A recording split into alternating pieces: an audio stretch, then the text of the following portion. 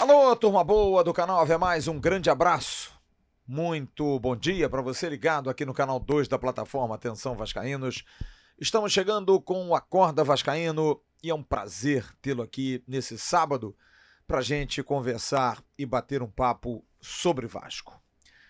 Eu ainda não tive a oportunidade aqui no Ave Mais, nesse espaço, de falar sobre a saída do Alexandre Matos como diretor executivo do Vasco. Alexandre Matos é sim uma grande decepção, principalmente por tudo que foi pintado a seu respeito, pela carreira que ele construiu, pelos títulos que ele conquistou, pelos times que ele formou, mas ficou grande demais para o trabalho dele.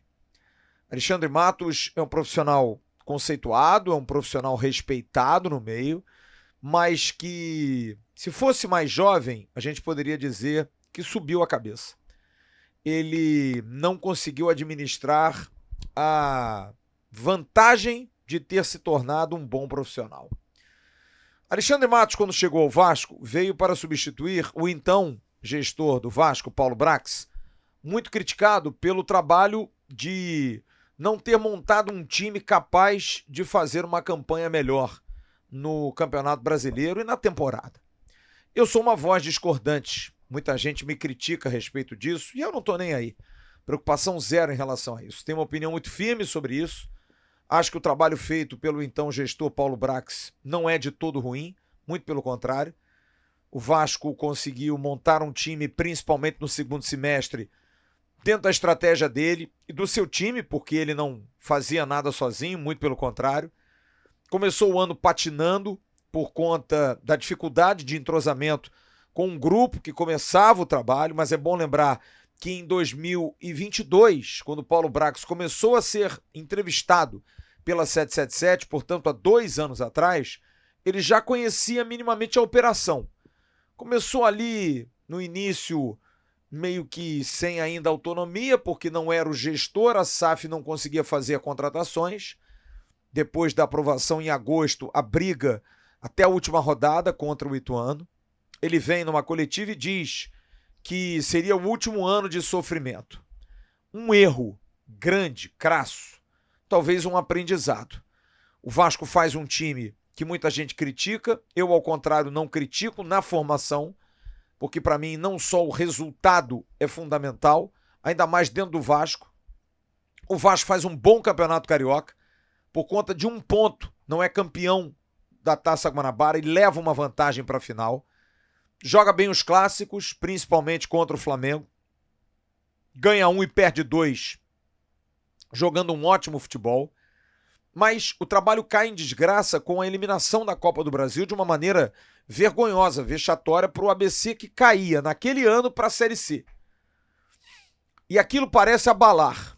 Apesar da estreia boa no Campeonato Brasileiro, vencendo o Galo em Belo Horizonte, o empate com o Palmeiras, vencer 2-0, empatou. A partir dali, terceira rodada é só tragédia.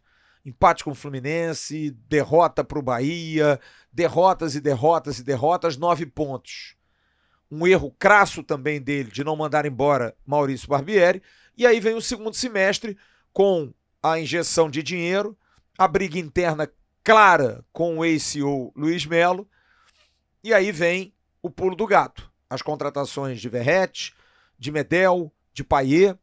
O que passa a ser também trabalho do gestor de tentar mudar a cabeça de uma empresa que me parece, e que comprova isso hoje mais uma vez, que não tem um planejamento esportivo. Absolutamente. Quer ganhar dinheiro a todo custo, mas não tem planejamento esportivo. E está perdendo dinheiro. Ah, mas a gente está vendo eles venderem todo mundo, comprando todo mundo. Mas é bom lembrar que eles só podem fazer retirada, se eu não me engano, em 27 ou 28. Portanto, o dinheiro que está entrando talvez esteja ajudando a tapar buracos que não estão sendo feitos de uma maneira maior porque Papai do Céu não quer. Porque o Vasco poderia estar hoje numa segunda divisão por conta da incompetência de um trabalho que também foi referendado pela 777. Mas vem o segundo semestre, Um treinador novo, um treinador que vem cheio de vontade, argentino, querendo recuperar o que não fizera quando veio para o Botafogo e não pôde treinar o Botafogo, Ramon Dias. E o Vasco escapa na bacia das almas, mas tem um trabalho minimamente consolidado. Léo Jardim, Léo Pelé, Paulo Henrique, Piton, Paulinho, Verratti, Gabriel Peck, Marlon, jogadores que minimamente estavam dando resultado. O time jogava bem, tinha momentos mais difíceis, mas na maioria dos jogos conseguiu bons resultados. Ganha bem do Fluminense, faz um ótimo jogo contra o Fluminense e ganha bem do Botafogo, que vinha brigando por títulos, ganha do Grêmio na estreia do Ramon Dias, perde em Porto Alegre jogando duramente, empata com o Atlético do Paraná na Arena da Baixada, vai a Cuiabá e vence o Cuiabá num jogo dificílimo, consegue dar ao torcedor, ganha bem do Curitiba, um mínimo de esperança, mas não o suficiente para terminar o ano tranquilo. O sofrimento que o torcedor do Vasco teve no final do ano apaga absolutamente tudo. Mas há pelo menos uma certeza que a partir do ano de 2024 eram detalhes que faltavam. E aí demite-se Paulo Brax e todos aqueles que estavam no departamento de futebol. E de uma maneira que a gente meio que não entende, pelo menos eu, porque apesar de todos os erros, já se conhecia a operação, já se conhecia o processo. Você não ouvia reclamação de vestiário, você não ouvia reclamação de CT, de funcionários, a coisa estava controlada. Talvez a manutenção fosse uma situação que desse mais certeza de melhorias, mas é uma escolha do patrão e precisa se respeitar. Se liquida todo um trabalho que vinha sendo feito, inclusive na base, onde se demitem 16 profissionais, e é bom a gente ressaltar que hoje 12 já estão empregados, sinal de que são competentes, estamos reforçando os inimigos. De uma base que minimamente revelava jogadores, disputava títulos, voltou a ter crédito, voltou a ter uma imagem melhor no mercado, de um clube que não dá a mínima estrutura, mas também, ordem do patrão, demite todo mundo. Coordenadores, analistas, supervisores, gerentes, todo mundo mandado embora. Nada prestou. E aí é terra arrasada. Vem todo mundo para recomeçar um trabalho. Quer dizer, o ano de 2023 nada prestou. Pegou-se no lixo e jogou-se no chão. O novo gestor que vem, Alexandre Matos, é um cara grande, de currículo, de força. O torcedor se anima, óbvio, normal. Mas com ele vem uma dúvida, porque o Alexandre Matos que nós conhecemos é o Alexandre Matos que é movido pelo dinheiro. Precisa ter dinheiro para contratar. E ele na apresentação já diz claramente, eu tenho que me adaptar a esse novo modelo. Não conseguiu. Um modelo em que há alguém acima dele e que determina o quanto que ele pode gastar. E também quem ele vai contratar. É uma relação patronal que ele jamais teve. E ele sente. Mas mesmo assim, usa dos seus contatos, dos seus amigos, dos empresários próximos, todas as armas para montar um time. E isso aborrece a quem está na comissão. Porque pensa no ano passado como um time montado com pequenos detalhes. Eu preciso de um atacante, diz Ramon Dias. Vem o David. Quem? Não conheço. É bom jogador, pode levar. Eu preciso de um meia para jogar ali na meia, para poder fazer. Quem vem? Não sei, a gente precisa ver. Renova o Praxedes. A gente precisa de um zagueiro rápido. Tem o João Vitor em Portugal, contrata. Mas eu não conheço o João Vitor, mas é bom, é rápido, pode contratar. E assim são feitas as contratações. Nunca num café. Senta-se, coloca-se prioridades, necessidades e nomes. Usa-se a tecnologia que o Vasco tem e chegam-se consensos. E dentro disso, vamos ao mercado? Dentro desse mercado, planilhado. Eu tenho 120 milhões. Esse jogador custa 10. Esse jogador custa 30. Temos 40. Bom, a gente está falando aí de 80 a mais, ok? Esse custa 50. Caramba, a gente vai levar metade do final do orçamento. Mas vale, esse jogador é muito bom. Vamos tentar pegar um jogador pagando um pouco mais à frente? Vamos. Vamos tentar pegar um jogador por empréstimo? Vamos tentar fazer uma troca? Temos bons jogadores aqui. Por que a gente não traz aquele jovem da seleção argentina? Esse pensamento, em parte, foi feito. Mas a parte que fala da gestão do dinheiro não foi feito. Por quê? Porque o velho Alexandre Matos achou que com o dinheiro na mão, sem o aval, ele poderia fazer o que quisesse. Mas ele tinha que ter o aval. E o dinheiro precisava ser gasto num limite. E aí vieram os conflitos. Porque o técnico pede um jogador, mas ele quer outro. Ele quer investir no jogador, vai estourar o orçamento, eu boto na culpa da empresa que me emprega. A empresa, por consequência, se omite. Não chega e joga duro com ele. Não chega e chama atenção. Não chega e até demite-o. Não questiona a contratação do David? Por que David? Do Adson por 5 milhões jogando 2 partidas na França?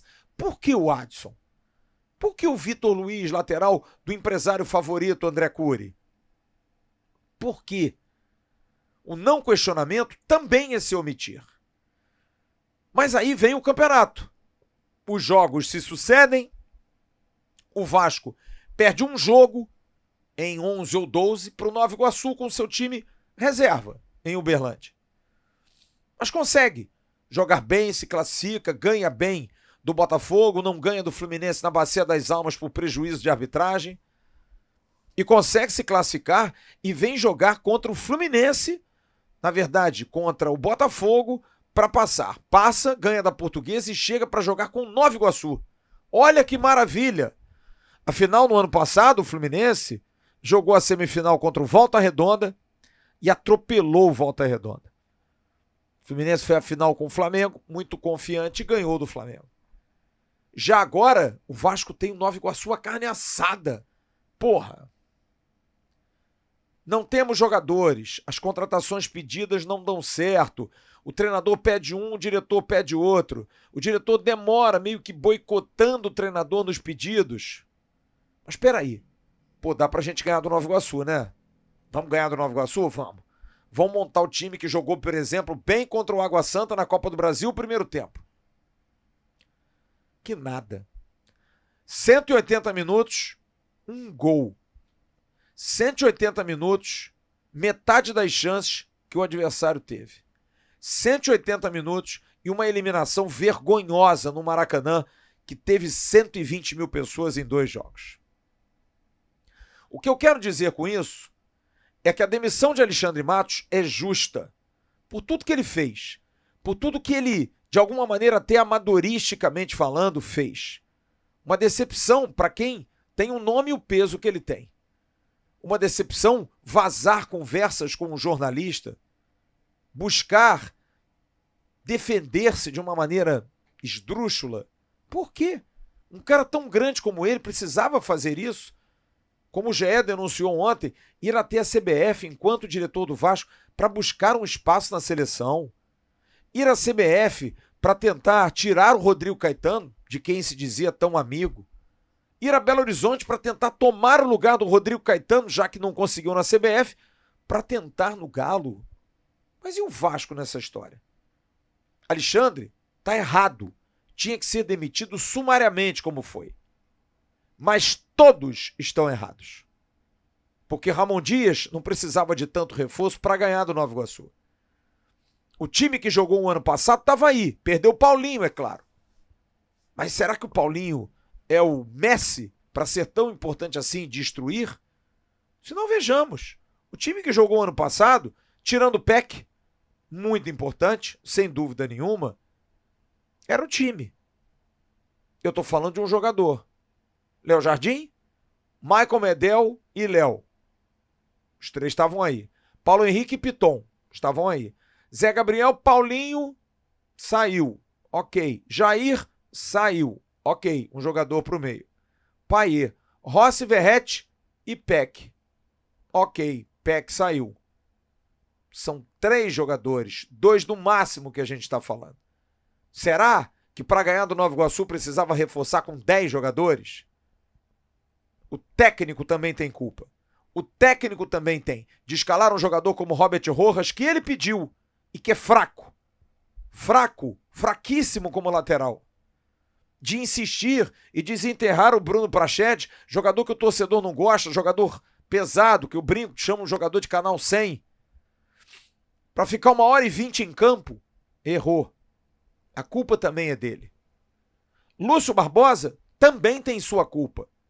Porque primeiro lá atrás, talvez influenciado por alguém, destrói um trabalho inteiro, manda todo mundo embora. Numa medida associativa, de associação. O resultado de não cair não foi bom, mas longe de ser diante da zona do ano, da briga, das confusões, de saída de CEO que remava contra, de brigas internas, de corte, de um primeiro ano de adaptação. Será que valia a pena romper com todo mundo? Será que valia a pena fazer esse movimento tão radical? Será que valia a pena fazer uma pesquisa para saber se Alexandre Matos era bom mesmo? Era o Alexandre Matos das antigas ou era o nome? Ou a gente precisava agradar a torcida e contratar um nome de peso para o torcedor saber? Porque o Thiago Escuro não pode ser contratado pelo Vasco. Existem nomes que precisam ter nomes, porque senão não agrada. Mas isso é pensamento de presidente de associação, de clube, e não de uma empresa séria. Que precisa ver resultados, precisa ver metas, precisa ver algo que me assusta demais. E acho que a 777 não tem planejamento esportivo. Qual é o plano da 777? É fazer o quê? É jogar o quê? É ter que tipo de jogador? É brigar por campeonato ou não? É só vender jogador? Ok, vende-se. Mas eu só posso recuperar esse dinheiro lá na frente? Por que eu estou vendendo agora? Esse dinheiro entra no fluxo de caixa. Ou não? São situações que precisam ser arguídas porque Alexandre Matos vai, outro virá e o modus operandi vai ser o mesmo? A operação será a mesma? Quem cobra Ramon Dias de um desempenho pífio nesse início de ano? E não me vem com esse sofisma de 12 jogos, perdemos 2. Não. Vocês perderam um dos 12, que foi o mais sério de todos. Não vem com esse papo, como disse o próprio CEO Lúcio Barbosa, que eu não concordei, eu respeito muito, de que nós não fomos eliminados precocemente pelo Nova Iguaçu, chegamos à semifinal. Não, Lúcio, a gente não foi eliminado precocemente. Nós fomos eliminados vergonhosamente pelo Nova Iguaçu. Aonde estão Johannes Sport e Don Dransfield, dirigentes do 777 Futebol Group? Incompetentes, porque todos os clubes do 777 Futebol Group estão dando água. Ninguém disputa nada, ninguém ganha nada. Posso dizer, os dois estão na incompetência dos cargos e não na competência. A gente precisa questionar isso tudo e entender até que ponto. Porque se, por exemplo, o Vasco contratar o Juninho Pernambucano para ser o diretor esportivo, dificilmente vai dar certo. Se contratar o Juninho Paulista, também. Quem vai ser o diretor? Quem vai aceitar esse status quo?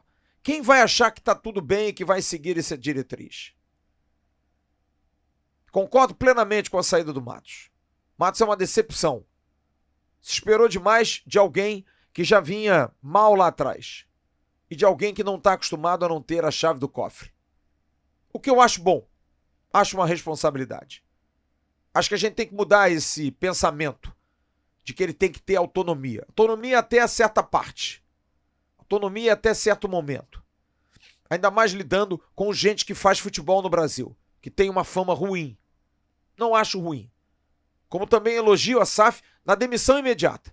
Errou. Vazamento de informação, reclamações intensas.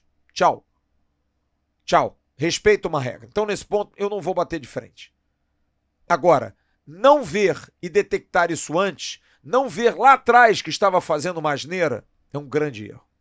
777, Lúcio Barbosa, diretores executivos, técnico, todo mundo no bolo. Precisam vir a público, já que já saíram os executivos, precisam vir a público e explicar. Não com esse discurso de que é quinto orçamento, ok, porque dizer que é quinto orçamento ou que está entre os maiores orçamentos do Brasil não é vantagem, Lúcio. É inclusive falta de inteligência, porque se você tem dos melhores orçamentos e não consegue gastá-lo para fazer um time competitivo o suficiente, você está perdendo dinheiro. E quem está lá em cima não está enxergando isso. Não adianta dizer, não, mas eu tenho muito dinheiro, eu estou gastando, eu estou investindo. Mal. Muito mal. Que mudem isso. Que o novo diretor executivo venha inteligentemente sabendo que a operação é essa. Mas que se tiver política, se tiver um bom jogo de cintura, se tiver capacidade, um bom diálogo, lidar com os gringos, que é muito difícil, que comandam hoje o Vasco, vai ser feliz. Mas há um trabalho longo pela frente. Muito longo. E me preocupa porque eu não sei se o Vasco tem tempo. Como eu disse no início da semana aqui, eu quero o como e o quando. Como fazer e quando isso vai ser solucionado. Daqui a pouco tem o Faísca Taon no canal Atenção Vascaínos, o Faísca Taon que vai ter um papo muito legal com a menina Giovana, aquela menina que reclamou do Ramon Dias. Você prometeu, eu podia ter ficado em casa com esse calor. Vai ser um papo bem legal. E à tarde a gente vai estar com uma live no canal Atenção Vascaínos a partir de 18 horas para discutir essa situação de modelo aí. Esse modelo que está rolando aí no Vasco. Aonde que está o erro nisso tudo? A gente vem logo mais. Um grande abraço, muito obrigado pela atenção. Tchau, turma.